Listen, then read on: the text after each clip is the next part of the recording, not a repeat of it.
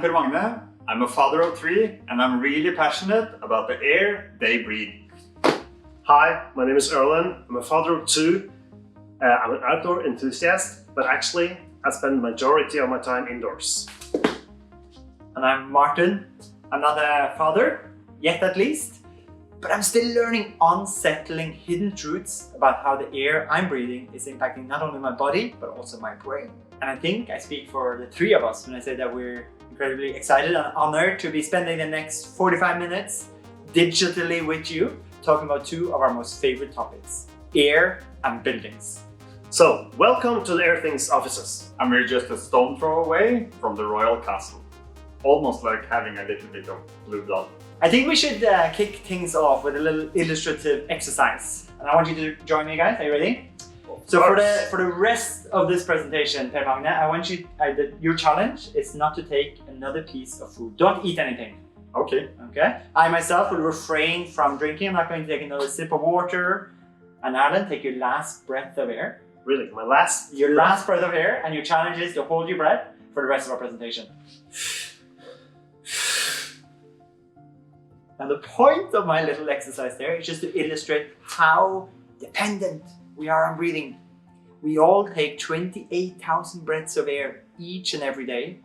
Yet how often do you stop up and reflect and think about what was in the air I was just breathing? What's in the air around us? I'm probably a bit more than average obsessed, together with most people here at Airthings, about the air around us. But the more I learn, I just find it incomprehensible that it's not top of mind of more people. Why aren't we not more conscious of the air that we're breathing and what's going into our lungs 28,000 times a day? Look. Yeah, have you been eating? No, I haven't been eating. Yeah, I told you couldn't last very long. You'll be breathing many hundreds of times more by the end of this presentation, I guarantee you. Air is so vital to all of us. And what I want to spend the next, shall we say, 43 minutes now talking about, one of my passion topics is how the air that we're breathing is impacting us. Yet being more conscious and increasing our understanding and awareness of it gives us an opportunity not for a more sustainable future for our planet, but also for all of us living more healthier and fulfilling lives. Now, talking about air and air quality contains some, I would say, inconvenient truths. And it is very disconcerting thinking about that 9 out of 10 people in the world are breathing polluted air every day. Yet, amidst all the deadly seriousness, let's keep a little bit of playful balance, because I think there's a hope and an opportunity, and that's what we really want to talk to you guys today. That by monitoring, by understanding and raising our consciousness about these topics, about the air we breathe and our buildings, you can take control of your air quality at home, in your offices, and at the schools where our children learn. Yeah, and we can't really just talk about the air without talking about our buildings, because we spend most of our time indoors, and our buildings are the single largest user of energy if we look at all the segments. Our buildings has become our mechanical lungs, and they're contributing the largest part to our CO2 emissions. We all seen graphs like this, with CO2 rising in the atmosphere, contributing to rising temperature, among other things. This is obviously not good for our planet, and something we at Airthings here are determined to contribute to solve. In that context, it's unsettling to know that our buildings are contributing so much to global warming. Just think about the numbers from Per Magne. 40% of the energy is consumed by our buildings. That's a really, really big number. We think there must be something we are doing wrong here, or at least something we could do better. All this energy we're consuming is not only contributing to rise in temperature, but it's also polluting the air we breathe each and every day. And now I have to warn you, because now comes some pretty unsettling and devastating numbers. It's a fact that every day air pollution takes 22,000 lives globally. 22,000 lives. That adds up to 8 million lives each and every year. To put that number a bit in context, let's relate it to something that we all are standing in the middle of right now, namely the COVID-19. COVID-19 takes, at its peak, took close to 10,000 lives in one day. So air quality, 22,000 lives daily. COVID at its peak, close to 10,000 lives. I mean, we here at Airthings are probably a bit more than average passionate about the air we breathe. But yet we find it worrying that this numbers that we're talking about here don't drive more debate or more action when we know that it's such a big problem. So we ask ourselves, there must be something we can do differently. And to give you a little example of that, and not to turn this into a sales presentation, but we know that there's a lot of things in the air that affects our health, and which our body is not very good at detecting. So we need help, we need assistance. And we also know that the awareness and general awareness around what's in the air we breathe is also low. And so we want to make air quality accessible to everyone everywhere. One example of that can be our Airthings Wave Plus. So this is an air quality monitor, monitoring radon, chemicals, and CO2 in the air, among other things. Of course, we could present you with the raw numbers from the sensors, but we also implemented here a traffic lights feature where you can wave in front of the device and it will give you a color coding from green to yellow to red to indicate the risk level. So with this hanging in the room, everyone can walk up to a Wave Plus, wave in front of it and see if the air in the room is unhealthy or not.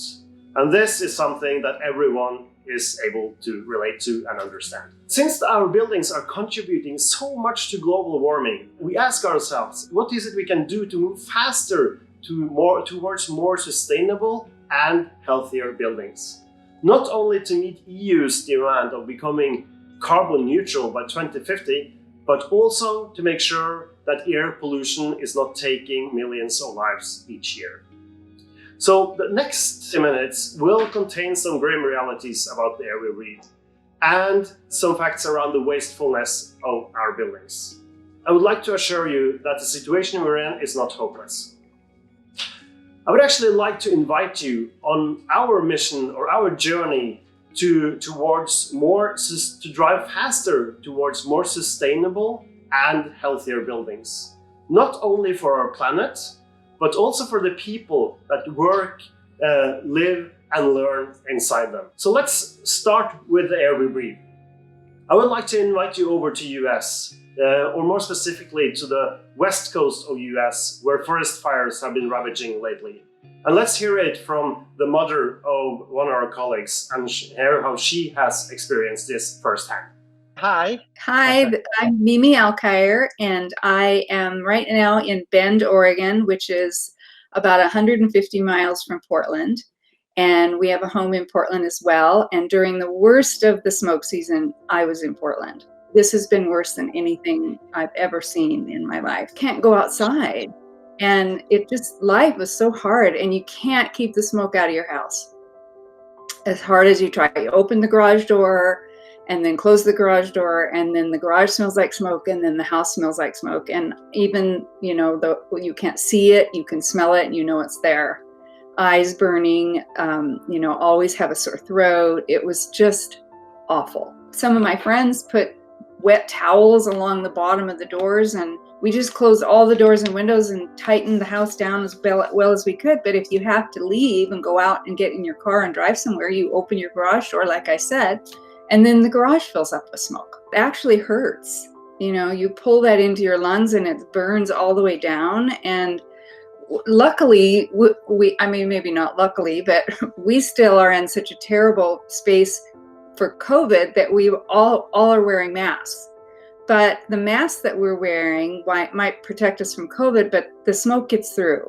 You can't filter out smoke without an N95 mask, and none of us are allowed to have them because they have to be used by medical practitioners. So we're out with our cloth masks and doing the best we can and staying in if we can. But I have a dog. I have to walk my dog a couple times a day. So a couple times a day, I would just bind everything up and go out and do the minimum walk that I could do and then get back in as soon as I could because my eyes were burning.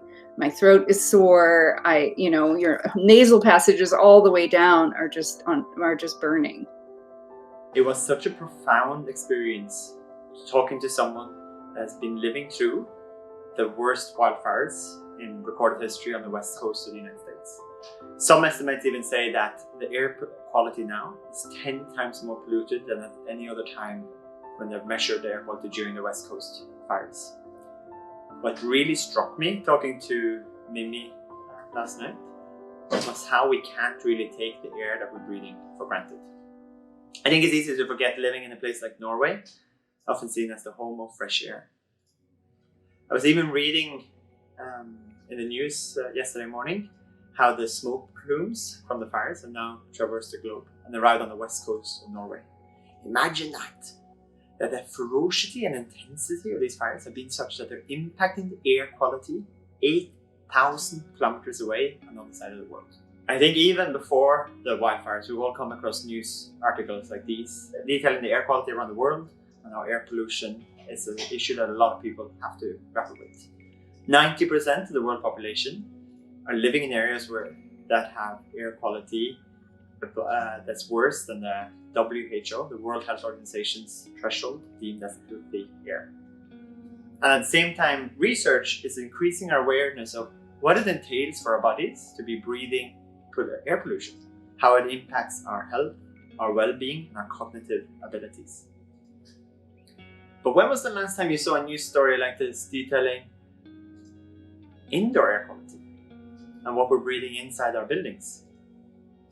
Keep in mind where Mimi was seeking refuge from the wildfires, from the polluted air outside, inside her home, and how she describes how her friends and family members were taking towels, making them wet to cover up the creaks and cracks around windows and doors to keep themselves safe. So if we're going to consider our homes, our buildings as safe havens, we better ensure that they provide a healthy breathing environment, because after all, where do we breathe the most? We spend most of our time indoors. Let me make my point with whales.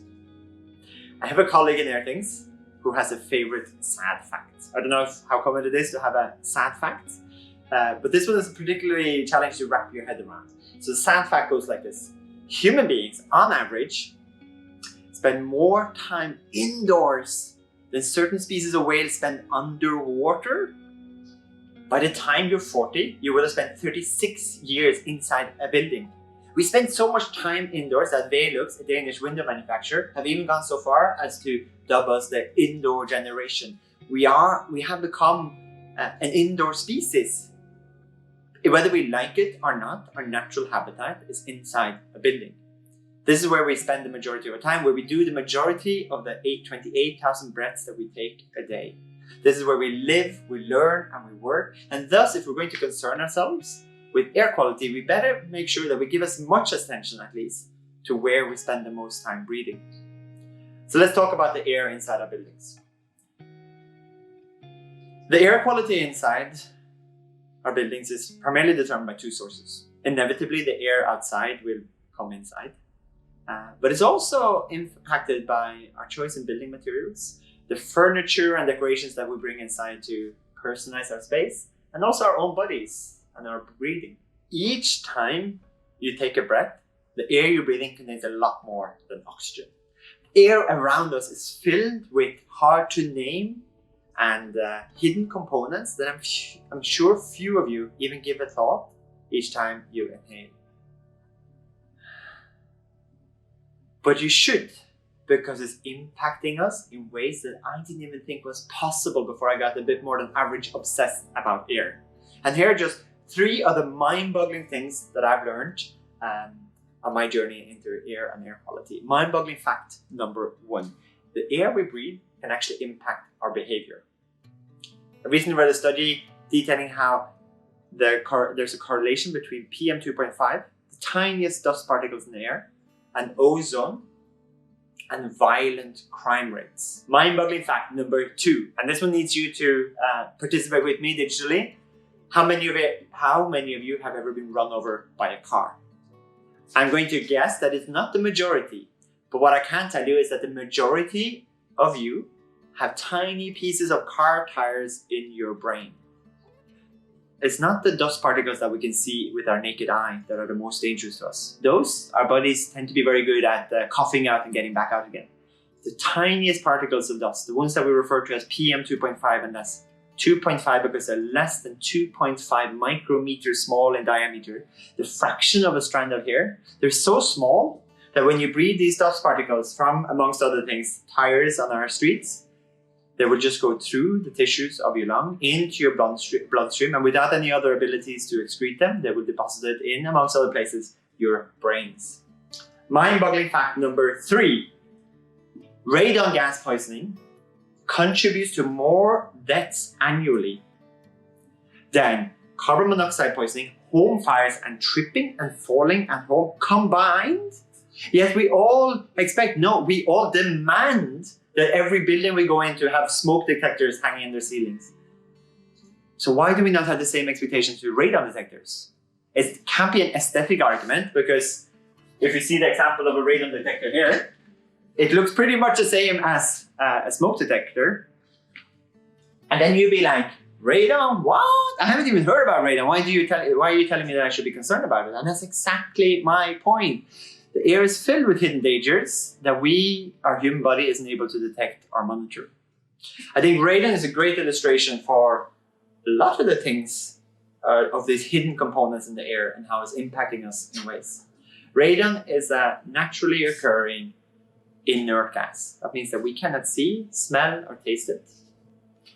Yet the impacts on our bodies can be far from invisible. I'm pretty sure that all of you have a few particles of radon in your lungs at this very moment that we're breathing. It's all around us, but it gets dangerous as the concentration rises, which tends to happen as we build tighter, well-insulated, more energy-efficient homes. And if there isn't sufficient ventilation, the concentration builds up to a level that can really damage our lungs. And let me visualize that for you by sharing with you my favorite, but also most unsettling video on YouTube. And I think we all agree there are a lot of unsettling videos on YouTube. So this is a cloud chamber where we've ejected radon gas to visualize this effect. Here the little contrails of smoke that you see. It's the energy of radon molecules decaying in the form of alpha particles. They're about 9 to 10 centimeters long, so they don't last very long, but they have a bit of a punch. So imagine this happening inside your lungs. The energy being released is sufficient to damage the DNA in your lung tissues, causing cancer-inducing mutations. So how can we be so blind to the air around us when it's filled with so many hidden dangers? Even the last time I was at McDonald's and I had a cheesy cheeseburger and I bit into it, I could still read a full nutritional breakdown. I knew exactly how damaging it could be to my body, but I could make an informed decision to still bite into that juiciness. And we expect that of all our foods, that we have a full ingredients list and then we get the nutritional breakdown. Similarly, with all of us walking around with smartwatches or fitness trackers, counting every step, every heartbeat, giving us the data, the insight, and the competitive gamification, giving us insights to know how do we live a healthier, more active life and how it impacts our bodies. Yeah, why don't we have the same expectations to have fitness trackers or smartwatches for our buildings, getting the parameters of what's the breakdown of ingredients in the air that I'm breathing and how is it impacting my body.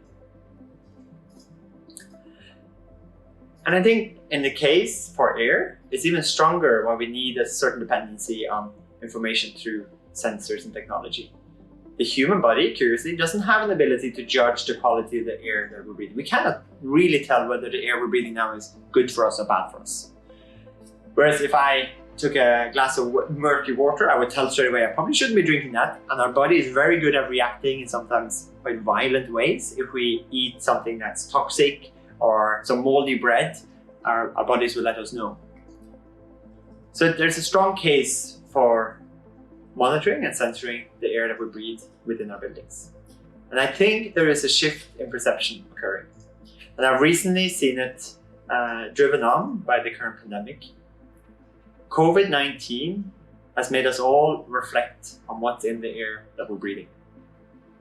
For those of you that understand a bit of Dutch, you'll see that in the news stories behind me, CO2 monitors now are selling out in the Netherlands. And the context of this is initially to reopen schools. CO2 is what we all exhale. We exhale large amounts of CO2 when we breathe. Thus, monitoring CO2 inside a building gives us an indication for how much of another person's breath that we're breathing. But CO2 in itself can also impact our bodies, and there's a general awareness arising around this. And I talked to two guys from robotics in the Netherlands that work with ventilation in schools to help me understand these North stories and what's really going on in the Netherlands. So have a look at this. Hi guys! Hey Martin, good to see you again. Marijn and Roland from Labots in the Netherlands. The Netherlands is going crazy. I've been seeing news stories all over the place that CO2 monitors are just being ripped out of the stores, and that there's no more CO2 monitors possible to buy from the Netherlands. What's happening? Yeah, that's true, man. You know, it's in the news everywhere since the whole COVID-19 situation. Last month only, we got about 20 news items in the national television, in the newspapers. The air quality is just a thing that's top of mind right now in the Dutch society. Every school in the Netherlands has to test their CO2 levels in the schools because last month the schools were opened again. Right now there is a team set up, like a task force, and they have to monitor all the schools in the Netherlands. So manually. Manually. They have to visit the school with paper and pen, and then they have to go to a classroom and say, all right, there are 30 people in this class. This is the volume, and then they have to go through every class. Yeah. So there are parents who give their kids a desktop CO2 meter in their backpack. To measure inside the classroom without schools even knowing, because parents, they want to know that their kids learn and stay in a healthy environment. When you got a good chair, you got a good desk, why not breathe good air? There were rumors for quite some time that the air quality inside older buildings was not good, as known as the big sick building syndrome. But now, with the attention from COVID all over, the awareness reaches everybody. I think that last point that Martin made is quite insightful. So initially, CO2 monitoring was a means of ensuring the safe reopening of schools. But once people started monitoring and becoming aware of this factor, they said, well, what is the CO2 levels? And often they were quite high. What are these CO2 levels? How have they been impacting my child and our children's ability to learn in school? And there is a lot of research showing how CO2 levels in schools and classrooms impact and impair learning, both in the Netherlands and in Denmark. They have conducted wide-scale cohort studies comparing classrooms, well-ventilated classrooms, where the CO2 levels tend to be quite low, with classrooms and schools where the CO2 levels are twice the average of the low schools. And then they compared the test scores of these students. Now, in the case of the Dutch study, they found on language tests 6% fewer errors in the low CO2 level schools. In the case of for maths tests, it was 23% less errors with controlling for everything else, looking at just CO2 levels. So it might not sound like a very big difference in the test score to you, but try and extrapolate that over 13 years of education. And the educational attainment gap is going to be quite so significant. I'm sure it's going to impact not only the careers, but the whole lives of those pupils. Now, it's not only in the context of schools that we're learning how the air impacts our brain and our thinking. A few weeks before COVID-19, I had the pleasure of meeting Professor Edward Boyges from the Syracuse University. He's the leader of the Center of Excellence there. And he was detailing to me and describing to me a seminal study that they performed together with Harvard University School of Public Health a few years ago. It's called the COG effect study. And they want to exactly look at how are the pollutants in the air impacting the modern knowledge worker or an office worker in an office environment. So they constructed a fake office complex with lots of cubicles, lots of office spaces. But they ensured that they had the ability to finely tune the levels of CO2 and VOCs within the office environment. So VOCs, volatile organic compounds, tend to be what you think about as the chemicals or toxins in the air, and often a result of the off-gassing from the synthetic materials or the building materials and furniture we bring into the building. So I want to see how these elements impacted office workers doing their normal work. So they invited in groups of people to do their normal work for several weeks. So they would just come and do whatever they normally did every day within the office. But after each day, they would administer a cognitive test, measuring their cognitive abilities across 9 different parameters. And each day they would vary and change the levels of CO2 and VOCs, and tend to be into categories of low, medium, and high levels. And the results, and doing the data analysis, and it was actually a double-blind study, so the people doing the analysis didn't even know which groups and which levels of air quality parameters they were looking at. Overall, they found that the lowest levels of CO2 and VOCs performed 101% better than if you compare to what you'd typically find in an average American office environment in terms of CO2 and VOCs levels.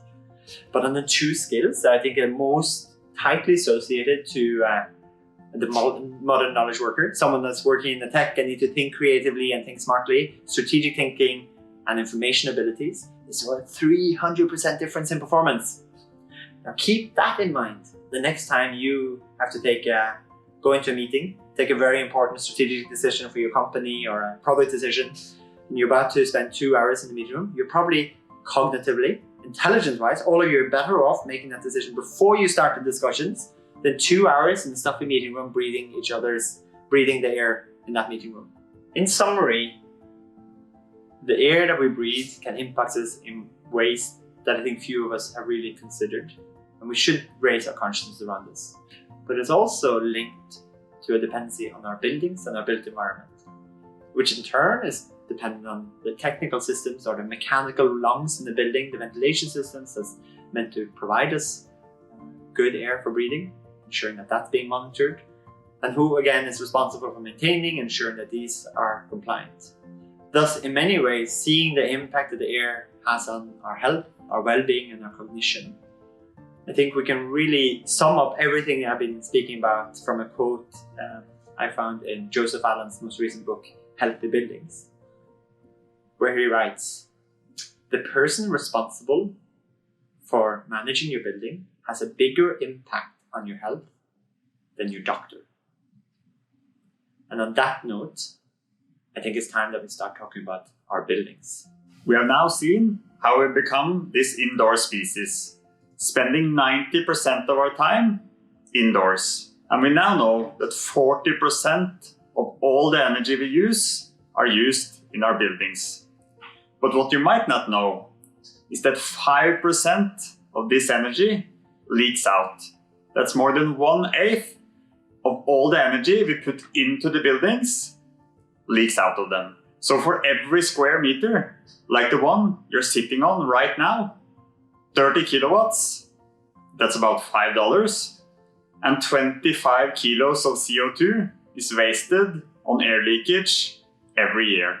And that is why the International Energy Agency and the IPCC states that air tightness and insulation is the most cost-efficient way to reduce energy consumption and greenhouse gas emissions. So what does it feel like knowing this? Well, it feels like this. It's the big bad draft. It's not an element or a pollutant, but we have all felt it. Going into a shopping mall, going into an airport, sitting by the walls or the windows at your office, we have felt it on our bodies. In wintertime, we feel the cold seeping in, and at summertime, we feel the heat also coming in. But why do we feel the draft? Why is it so? When a building is newly built, you have to fine-tune the ventilation system.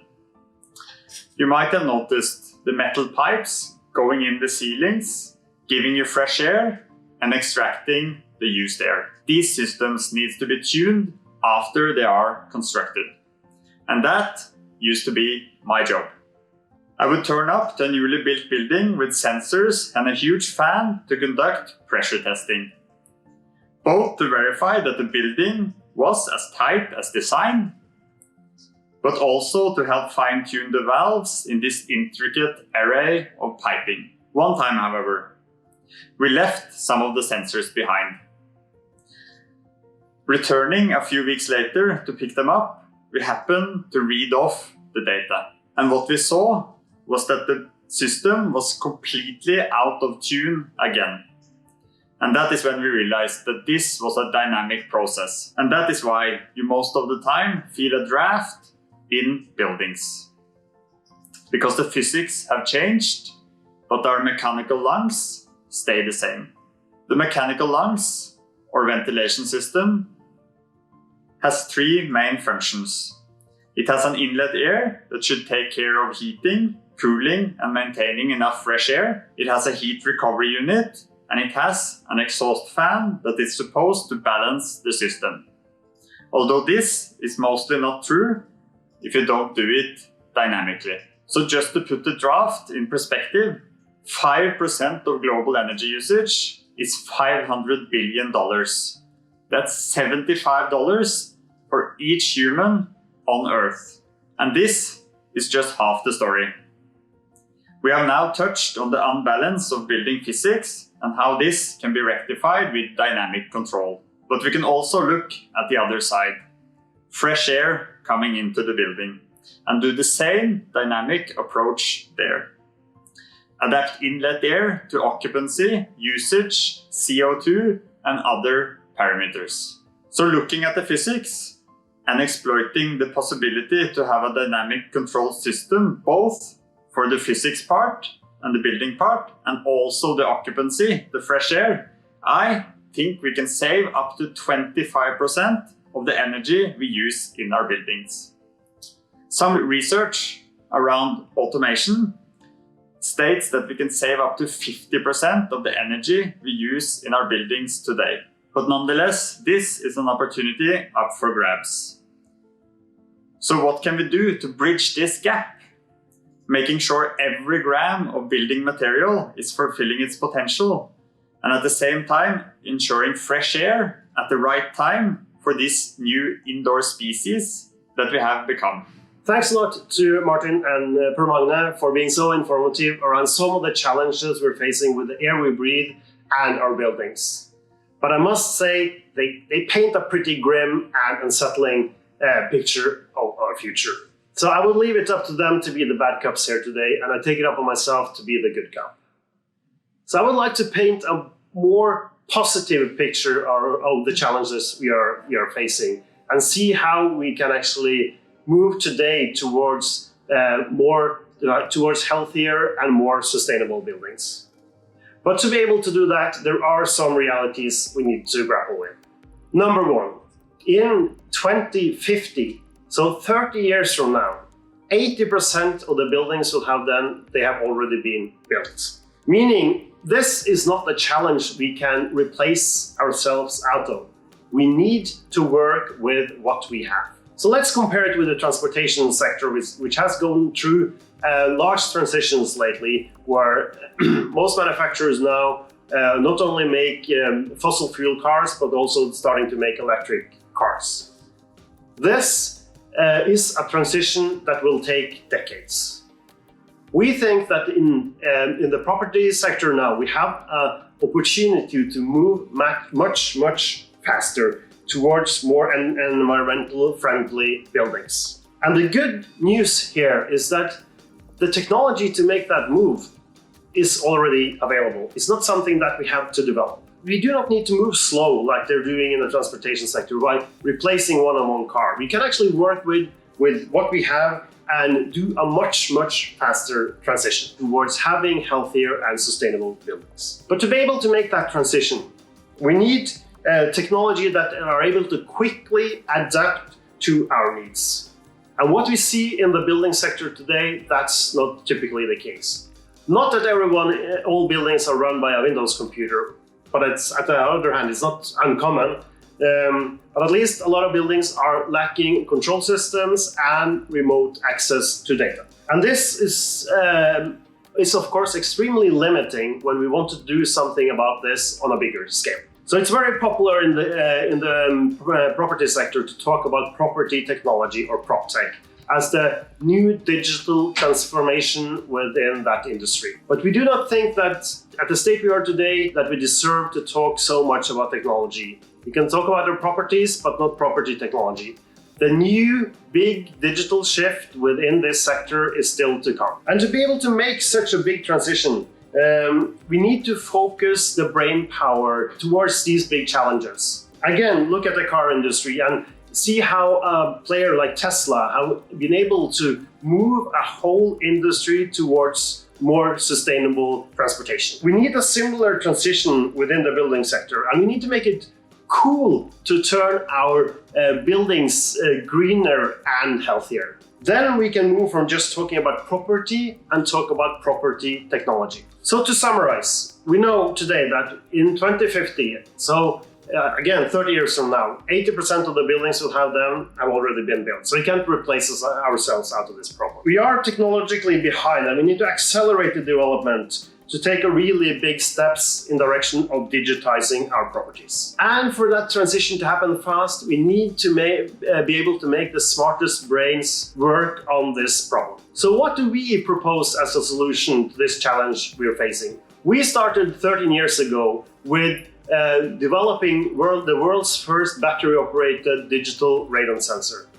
Today, we are at the stage where we have a complete portfolio of products measuring both radon and indoor air quality and are able to control buildings. And today, we are also present in close to 3,000 retail stores worldwide, meaning that we make this technology available to everyone. But it's not the portfolio that has grown over this time.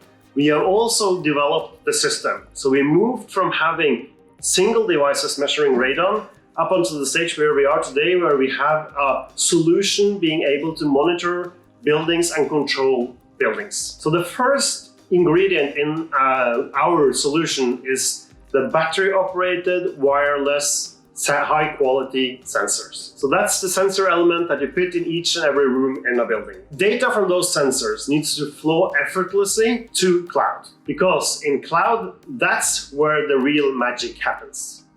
That's where we can use same power as Amazon, Google, and Facebook to analyze the sensor data from our buildings and feed that back to our buildings and sprinkle that control magic over our buildings to optimize the way we run them and make them more sustainable and healthier. But for this to succeed, we need this to be a real team effort. This is not something one company can do on its own. And we cannot lock ourselves into proprietary solutions for our buildings where we are not able to share data across businesses. So we need to be able to share data from an air handling unit or from a building management system or from the light control.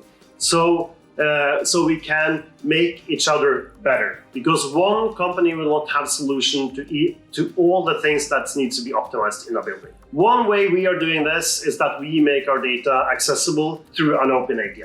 So over the last 13 years, we here at Airthings have built up a complete portfolio of products being able to sense air quality in buildings and control buildings. And we think this is really the ideal solution when we want to address the fact that 80% of the buildings we will have in 2050 has already been built. This is the solution you can use to easily retrofit those buildings to make them more sustainable and healthier. But of course, to have control over the air inside the building and how much fresh air you push into a building is good. But for us, there was one important piece missing in this puzzle. So recently, Airthings acquired Airtight, which has unique technology for doing differential pressure monitoring and control of buildings. And this combination is true dynamite. What this allows us to do is not only control the air into the building, but also to control the air out of the building and making sure that those are in perfect balance. So with that, we can ensure that our buildings is the safe haven we really need them to be when we spend 90% of our time indoors. That's really amazing, Adam. But we are not here today to sell you any product. 989 breaths of air since you accepted the challenge not to take another breath of air. And that's really, I think we succeeded And one of the key messages that I want to get across today is how the air that we're breathing and our buildings are an important part of the puzzle to ensure that both our planet have a sustainable future, but also that all of us can breathe and have a healthy lifestyle. We should really change the way we run our buildings. Wireless battery-operated sensors, cloud computing, and doing something about those 80% of buildings that are already here. We would just like to repeat our message from in the beginning of this presentation and encourage you all to join our journey towards more sustainable and healthier buildings. And that's really something we could already start tomorrow. Right, guys? Or today. Why wait? I think we should just start straight away. So here are some practical ideas and some suggestions for you of how you can help us accelerate this transition to more sustainable and healthier buildings. Today, we have learned how CO2 levels can inflict learning difficulties on our children at their school environment. We've also learned how radon gas can hurt our lungs, but also our kids' lungs. So my challenge to you is to find out what environment your kids is learning and breathing at their schools. And like we learned from Martin here in the beginning of this presentation, is that your janitor or the person running your building is more important to your health than your doctor. So next time you're at your kid's school or at work and you meet the person running your building or your janitor, take a coffee with him. Be a bit curious and thank him for the job he's doing. And you might even want to pay for the coffee in recognition of the impact he might have on your health. And be grateful. But I think not all of us are in the office these days, and for those of us in home offices or at home, let's be a bit more conscious and proactive in terms of what's in the air that you and your family are breathing. There are a lot of governmental sources that create air quality maps, so check the air quality outside in your neighborhood. And you might want to start monitoring your air quality at home to ensure that it's a healthy breathing environment. From all of us in Airthings, it's one of the most satisfying parts of the job is spreading, helping people be more conscious and aware of air quality and finding ways of how can we democratize and make the air that would be more understandable, giving people in their everyday context, at work, at school, and in their offices, access to the smartwatches of the air in their building. But doing product development and doing this kind of work does not happen in isolation in the office, but requires interactions and feedbacks and thoughts from all the thousands of customers and people that are passionate about this topic and our products. So we'd love for you to reach out, get in touch, come with product ideas after all, and you can also share your comments and ideas below. So from the three of us, I'm Per Magne. My name is Erland. And I'm Martin. So thank you very much for joining us in our presentation today. Goodbye. Bye.